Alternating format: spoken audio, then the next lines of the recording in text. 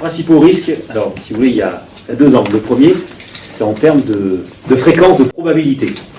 Et ensuite, il y a un autre critère, c'est en termes de gravité. Mais oui, et si l'événement est grave?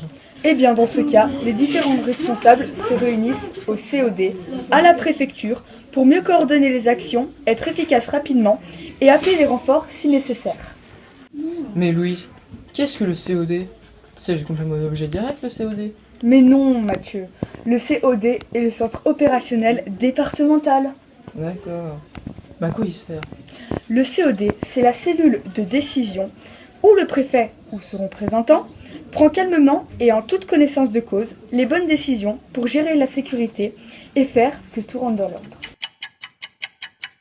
Ce sont les risques dits naturels. Vent violent, ça fait partie des risques. Le risque inondation, qui est le risque, on est d'accord, le risque numéro 1 même en France de manière générale. Le risque neige. Alors dans certains départements, le risque avalanche, le risque de crue. L'été à ne pas négliger le risque canicule.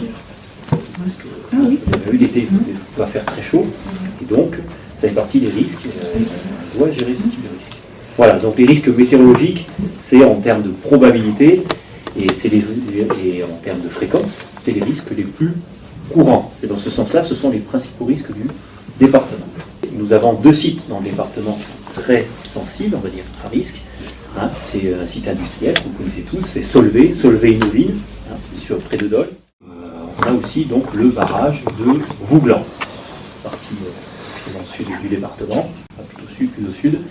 Voilà, puisque c'est quand même le 3e barrage de France. Donc effectivement, les enjeux de sécurité sont importants. De DDRM, de dossier départemental, des risques majeurs. Comme son nom l'indique, en fait, c'est la synthèse au niveau du département de tous les risques. Quels sont les dispositifs mis en place pour protéger les Jurassiens? Il s'agit de prévoir les risques en connaissant le mieux possible le terrain, à partir des informations qui sont mises à jour constamment. On prévoit des plans pour chaque risque et on organise des exercices pour s'y préparer. Niveau, donc le niveau vert, tout est calme, c'est normal, rien de particulier. Niveau jaune, il y a un premier niveau de vigilance. Le niveau orange et le niveau rouge. Grande catastrophe. Il y a différents seuils de gravité pour les catastrophes. Le risque peut s'y situer au niveau de la commune, du département, même de toute la France. Tu sais Mathéo, dans le Jura, il n'y a pas eu de grande catastrophe nationale. Ah, mais si, est-ce que tu te rappelles l'accident de bus en 2012 à Saint-Leutan? Oui. Ou les grosses chutes de neige en 1990? Tout à fait. Mais non Mathéo, ce ne sont pas de grandes catastrophes. Ce sont 2 crises départementales notables. En cas d'attentat, donc il y a de nombreux, il y a plusieurs dispositifs qui sont pris en compte. En novembre dernier, le 7 novembre, il y a eu, ça a été mis dans les journaux, on a fait un exercice sur le bœuf sur le toit, à Lens, au Saunier.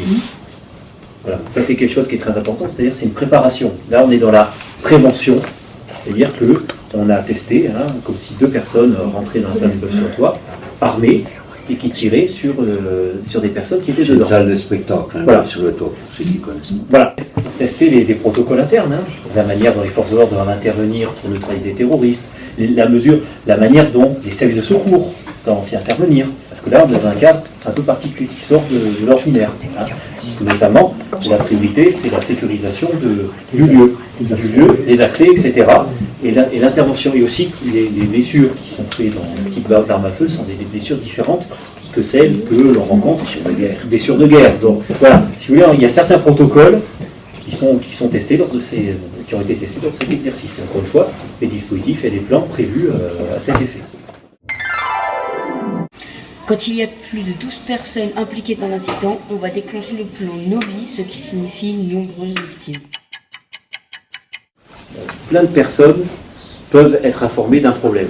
Ça dépend quel problème. Après, à un moment donné, ça remonte selon la gravité, encore une fois, si c'est nécessaire, hein, parce qu'il y a des problèmes qui se résolvent, de même à un certain niveau, sans que cela passe nécessairement par la préfecture. Mais, par exemple, s'il y a un problème d'ordre public, c'est-à-dire un problème de manifestation violente, etc., bien entendu, les forces de l'ordre qui seront sur le terrain, qui constatent, nous informent. Par exemple, ça peut être aussi, encore une fois, s'il y a un problème classique de pollution aussi, par exemple, un exemple également de pollution, c'est un peu l'actualité par rapport au chauffage, des pollutions au fioul. Là, ça peut être, selon les situations, ça peut être les pompiers qui nous préviennent, ça peut être quelqu'un, un citoyen, hein, qui a vu le problème, qui nous signale, ça peut être le maire de la commune. Si vous voulez, selon le problème, ça peut être un grand nombre de personnes, d'acteurs qui peuvent détecter le problème et nous en informer. Nous, au niveau des sapeurs-pompiers, mais c'est pareil dans les autres corps constitués, il y a une hiérarchie dans les interventions. Vous avez vu tout à l'heure les véhicules qui partent en première intervention.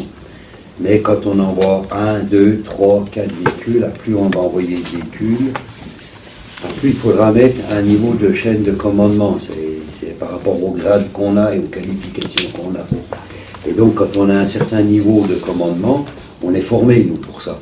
Et on sait tout de suite si c'est sensible, si c'est grave. Et par le biais de messages radio qu'on fait, in fine, c'est le chef de site en dernier, va prévenir tout de suite la préfecture. Les maires ont un registre des personnes vulnérables. Il faut informer la population sur le site de la préfecture. On trouve le DDRM. Ah oui, le DDRM, dossier départemental sur les risques. Et dans chaque commune, il y a un DICRIM. Ah, je connais aussi. Document d'information communale sur les risques majeurs. Les cadets de la sécurité vont participer à cette information en distribuant aux maires de la petite montagne des fiches d'information sur chaque commune qui exposent les risques et les conduites à tenir. Mais surtout pour que les Jurassiens soient bien protégés et qu'ils se rendent compte que la sécurité est l'affaire de tous. En cas de crise, la solidarité avec ses voisins ou les personnes fragiles est essentielle. La solidarité. Et justement, quand vous disiez que la sécurité, c'était l'affaire de tous, eh bien, cette catastrophe-là, justement, elle nous a montré que tout le monde était dans le même cas. Est-ce que tout le monde pouvait être secouru en même temps? Donc, il était très important dans les villages de ne pas attendre et de s'occuper des personnes plus faibles, comme les personnes âgées ou les familles qui pouvaient avoir des bébés en bas âge. Et donc, on a prêté ce qu'on avait et on a été solidaires. Et ça, c'est vraiment, si on devait retenir une chose de la sécurité civile, c'est vraiment ce qui est le plus important. On ne peut pas avoir un pompier derrière chaque personne. Donc, forcément, quand il y a une grande, entre guillemets, catastrophe, on doit compter sur la solidarité.